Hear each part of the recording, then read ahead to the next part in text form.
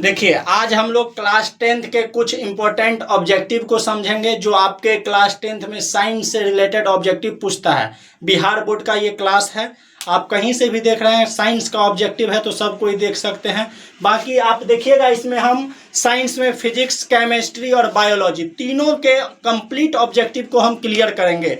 पूरा मेरा ये सीरीज चलेगा जिसमें पूरा साइंस हम आपको कवर कराएंगे फ्री में। आप यूट्यूब पर देख सकते हैं, कोई पैसा नहीं लगेगा। अच्छा लगे तो आप लोग जरूर बताइएगा कमेंट करके। देखिए, जैसे है स्पेक्ट्रम में किस रंग का झुकाव अधिक है। स्पेक्ट्रम मतलब क्या होता है, जैसे देखिए कोई प्रिज्म है, इस प्रिज्म से जब कोई श्वेत प्रकाश को प्रवेश कराइएगा, श्वेत प्रकाश यहाँ से गुजरेगा तो ये श्वेत प्रकाश 7 रंग में विभक्त हो जाता है। कितने रंग में विभक्त हो जाता है? 7 रंग में, जिससे सबसे नीचे रहेगा आपको बैगनी। सबसे नीचे कौन सा रंग रहता है? बैगनी रहता है। और सबसे ऊपर जो है, सबसे ऊपर रहेगा लाल। कौन सा रंग रहेगा? लाल रंग। थोड़ा सा वीडियो का क्वालिटी आपको अभी कम लगता होगा, लेकिन धीरे धीरे हम कोशिश करेंगे अच्छा करने का। आज ये पहला वीडियो है तो थोड़ा अगर कमी भी हो जाए तो आप लोग उसको अपने अनुसार, जो सिर्फ कोशिश कीजिएगा क्वेश्चन समझने पर, क्वालिटी को मत देखिए, क्वेश्चन आपको समझ में आ रहा है कि नहीं वो देखिएगा।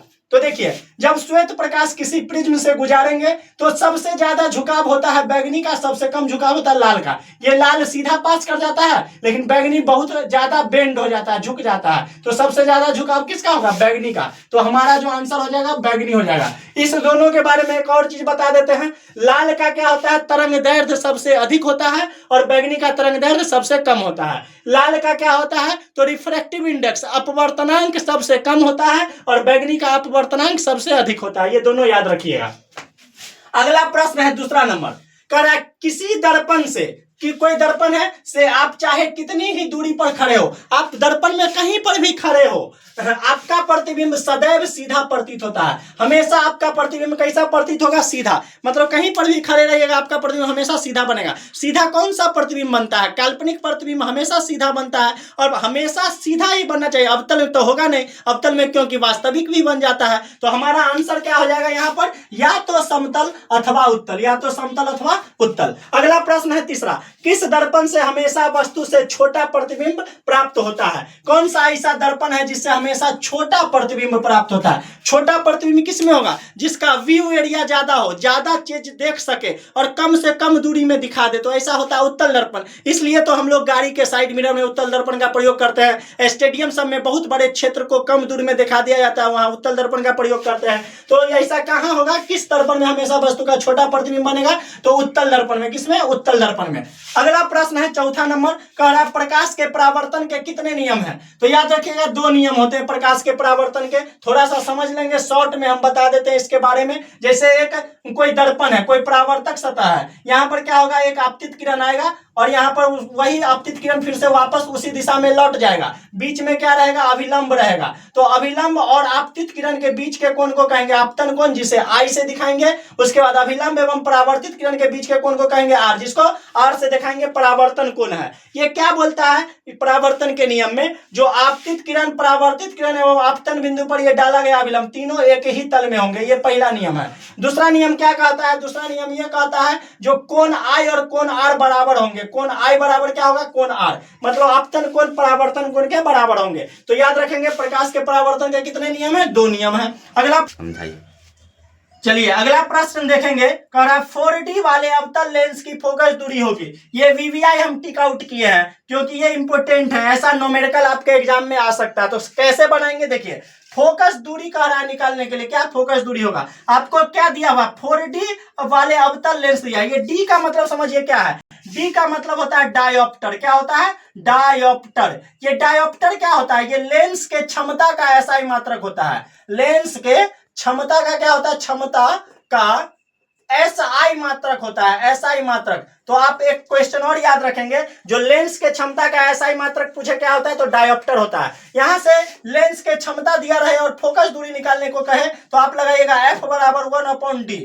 यहां से देखिए 1/D, डी जो है क्षमता है लेंस का, कितना दिया? 4D। तो यहाँ 4 लिखेंगे। चूंकि क्षमता हमेशा एसआई पद्धति में होता है, इसको हमको सीजीएस पद्धति में बदलना है। तो इसको 100 से गुना कर देंगे। 100 से गुना करेंगे तो 25 चौका 100, तो कितना? 25 सेंटीमीटर हमारा आंसर आ जाएगा। तो हमारा हमारा आंसर हो जाएगा 25 सेंटीमीटर। 6 नंबर क्वेश्चन पे हम लोग आते हैं। 6 नंबर क्वेश्चन पे लिखा है जब प्रकाश की किरण हवा से कांच में प्रवेश करती है तो मुड़ जाती है। कहाँ मुड़ जाएगी? अभिलंब के निकट मुड़ जाएगी। यहाँ चित्र के माध्यम से समझेंगे। जैसे हवा है और नीचे कांच है, प्रकाश कहाँ से आ रहा है? हवा से आ रहा है कांच की ओर। दो माध्यम है, माध्यम 1 माध्यम 2। तो हवा यहाँ पर है विरल माध्यम और कांच है सघन माध्यम। तो जब भी विरल से सघन में आएगा तो वो अभिलंब की ओर मुड़ जाएगा, मतलब अभिलंब के निकट आ जाएगा। B number answer.